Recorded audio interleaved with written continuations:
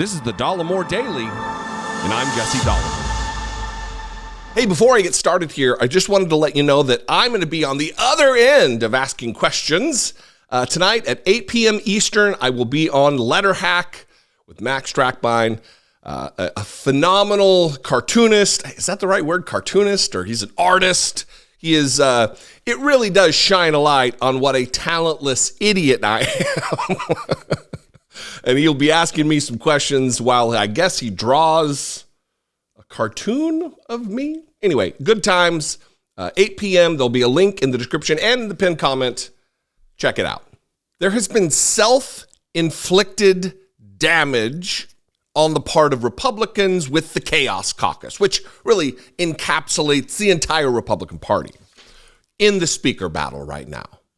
They ousted their own speaker, blamed Democrats for the chaos that they put upon themselves.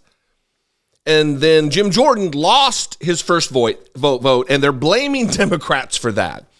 And chief among these provocateurs is Sean Hannity, the chief projection artist of all, is blaming Democrats again. Except for this time, he's blaming Democrats for the very same thing he did just a couple of days ago. I'm going to start with this particular tweet from a journalist with Axios.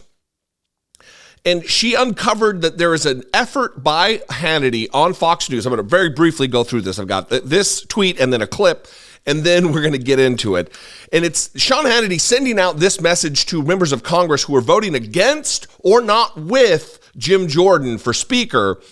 This is Stephanie from the Hannity Show with Fox News. Sources tell Hannity that Rep X, they've redacted the name, is not supporting Representative Jim Jordan for Speaker. Can you please let me know if this is accurate? And if true, Hannity would like to know why during a war breaking out between Israel and Hamas, with the war in Ukraine, with wide open borders, with a budget that's unfinished, why would this representative be against Representative Jim Jordan for Speaker?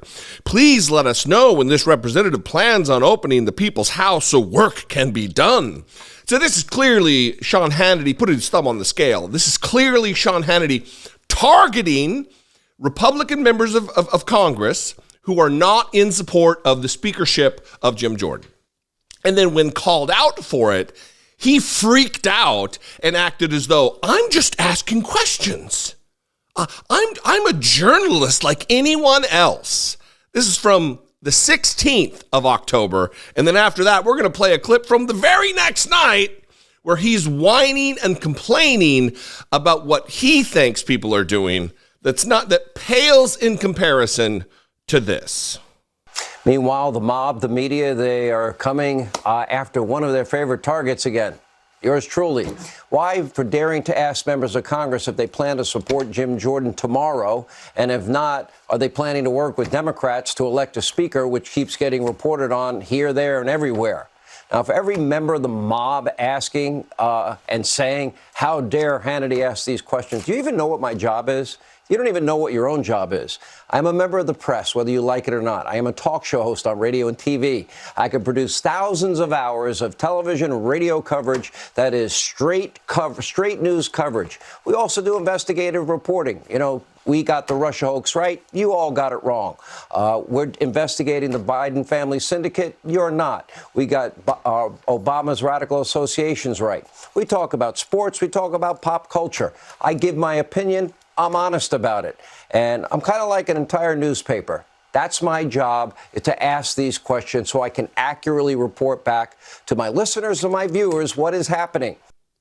We don't need your resume, dipshit. We know who you are. We know what you do. You are not a member of the press. You're not a journalist. You're an infotainment purveyor. But for you to actually literally target and pressure Republicans to vote for the insurrectionist Jim Jordan and then whine about being called out for it, and then the very next night you go on and accuse AOC and Hakeem Jeffries of targeting when all they're doing is their jobs, you are a disgusting, filthy garbage person, Sean Hannity. Watch him last night accusing Hakeem Jeffries and Alexandria Ocasio-Cortez of targeting Republicans. Of course, like all Democrats, Minority Leader Hakeem Jeffries, he is trying to capitalize politically on this turmoil. Jeffries, along with squad member AOC and others, they are now targeting the 20 Republicans that voted against Jordan today, and they're encouraging them to give up the majority and let Jeffries actually take the gavel. Two things. One, we'll get to the targeting, but you notice the very casual language, this turmoil. They're trying to take advantage of this turmoil. Republican turmoil. Self-inflicted immolation. Republican turmoil. But this, I want to show you what the targeting that he's referring to is. What exactly is Alexandria Ocasio-Cortez doing that's so egregious that it needs to be labeled targeting Republicans? Congresswoman, back in Washington, where I think you're headed tomorrow, there's a big speaker's race heating up. Jim Jordan looks to be the person who Republicans will put up for a vote. You joined in all Democrats in voting to get rid of Kevin McCarthy. Any regrets if Jim Jordan is the man who replaces him? No. It has never been truly within the integrity and history of this institution for one party to elect another party's member as speaker.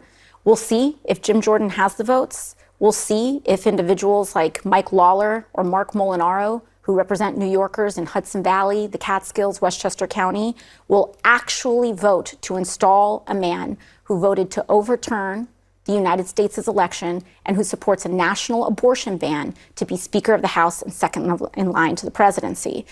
I have my doubts that the people of New York would really stand for that. But in terms of the integrity of the institution, I think it's important that we support Hakeem Jeffries for Speaker of the House. Is Jim Jordan?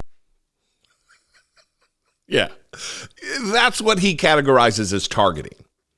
Laying out the actual resume, the actual record, the actual things that Jim Jordan actually stands for, that's targeting.